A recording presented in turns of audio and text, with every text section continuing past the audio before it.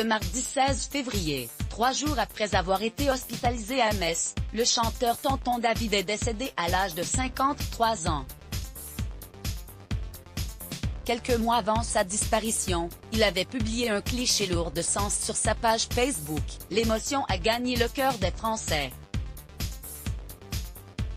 Ce mardi 16 février, c'est avec une peine immense qu'ils ont appris la mort du chanteur Tonton David, figure du reggae en France. Selon les informations du Républicain Lorrain, il aurait été victime d'un AVC à la descente d'un train en gare de Metz, alors qu'il revenait de Paris pour des raisons professionnelles.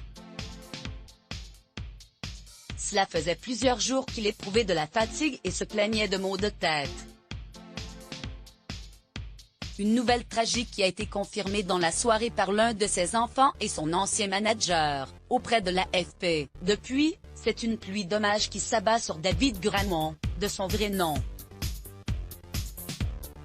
De Doc Gynéco à Omar Sy, tous ont salué la mémoire de celui qui les a bercés avec ses tubes peuple du monde, Il marche seul ou encore Chacun sa route, la bande originale du film Un Indien dans la ville, preuve que le chanteur de 53 ans était toujours autant apprécié, même s'il s'était fait plus discret ces dernières années.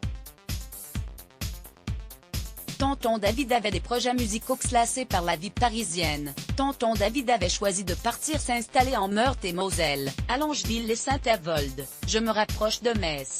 J'ai fait le choix d'être tranquille. À 20 ans, je pouvais avoir certains rêves de gloire et de richesse, mais ce qui compte, c'est d'être un exemple vis-à-vis de mes enfants, avait-il confié au Républicain Lorrain en avril 2016. Mais cela ne veut pas dire pour autant qu'il avait renoncé à sa carrière de chanteur, au contraire, puisqu'il était un habitué des événements de la région. Du festival reggae de Bibiche, à celui de musique Odouve à Pange, en passant par la fête de la Mirabelle à Elrin le Fénétrange, Tonton David était un visage bien connu des habitants du coin. Il avait même créé un petit studio d'enregistrement, où il s'était d'ailleurs immortalisé peu avant sa disparition. Témoigne un cliché posté sur sa page Facebook le 5 octobre dernier, où il apparaissait tout sourire aux côtés de Dan, du Dig Studio, une photographie qui, selon Le Parisien, laissait augurer d'un nouvel enregistrement à venir. Un projet qu'il n'aura malheureusement pas eu le temps de concrétiser. Facebook mot-clé Let's Block ADS. Why?